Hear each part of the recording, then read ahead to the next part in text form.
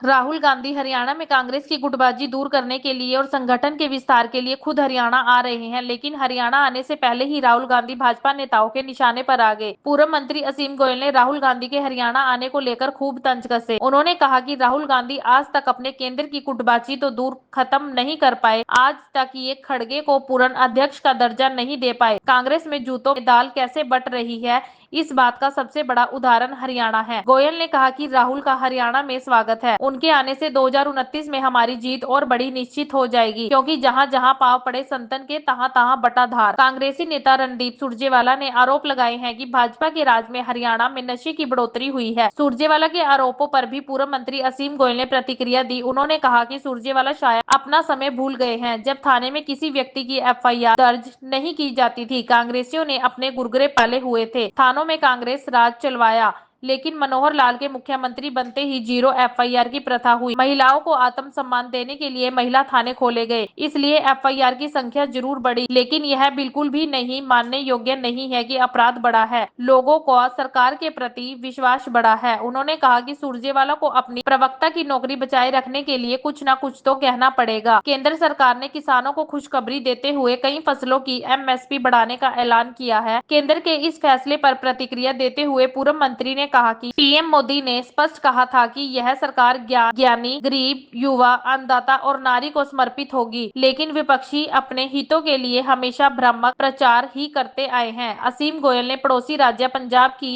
MLA पर तंज कसते हुए कहा कि एक समय था जब ये चुटकी बजाकर 5 मिनट में एमएसपी लागू करने की बात कहते थे, लेकिन आज वो चुटकियां नजर नहीं आ रही हैं। गुटबाजी है और संगठन के जो विस्तार करना है उसको लेकर वो खुद यहाँ पर आ रहे हैं। राहुल जी अभी तक सेंटर की गुटबाजी नहीं सुलझा पाए। वो आज तक खड़गे जी को तो पूर्ण अध्यक्ष का दर्जा नहीं दे पाए।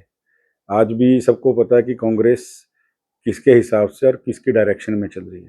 पहले राहुल जी खड़गे साहब को अपना अध्यक्ष मान लें। मुझे लगता है कि तभी जिस प्रकार से केंद्र में कांग्रेस में जूतों में दाल बंट रही है, हरियाणा तो सबसे बड़ा उदाहरण है।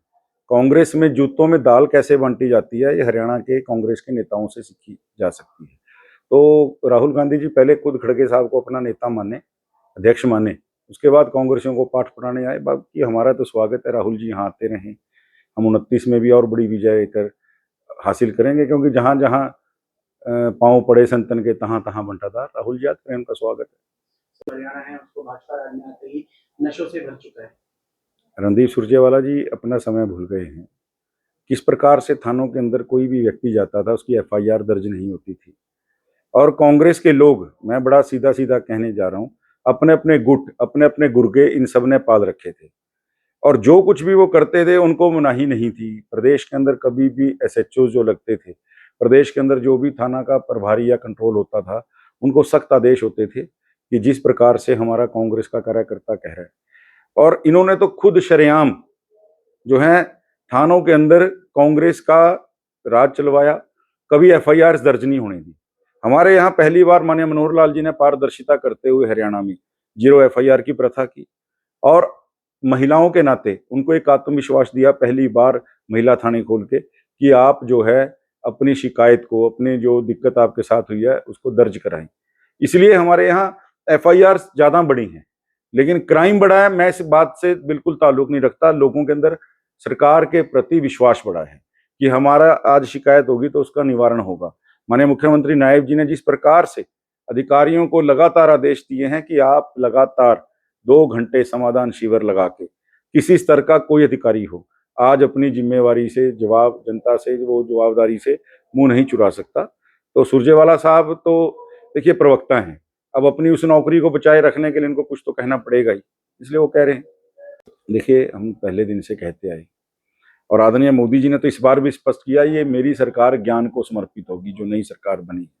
गरीब, युवा, अन्नदाता और नारी, ये फोकस के अंदर है। और ज्ञान के नाते उस अन्नदाता को जितनी सुविधाएं, मैं बड़े दावे के साथ ये बात कहता हूं, केंद्र सरकार जो सुविधाएं दे रही है, जिन जिन प्रदेशों में भाजपा की सरकार है, एनडीए की सरकार है, वहां वहां हमारे किसान साथियों तक वो सारी सुविधाएं पहुंच रही हैं। जो कांग्रेस के लोग हैं या अन्य दलों के लोग सरकार चलाने वाले हैं, वो अपने हितों को साधने के लिए केंद्र सरकार को मैं समझता हूं कि एक तरह से लोगों के मन में दुर्भावना पैदा करने के लिए भी केंद्र कुछ नहीं कर रहा। केवल इसलिए किसान भाइयों तक सुविधाएं नहीं पहुंचा रही हमारे पड़ोस के राज्य।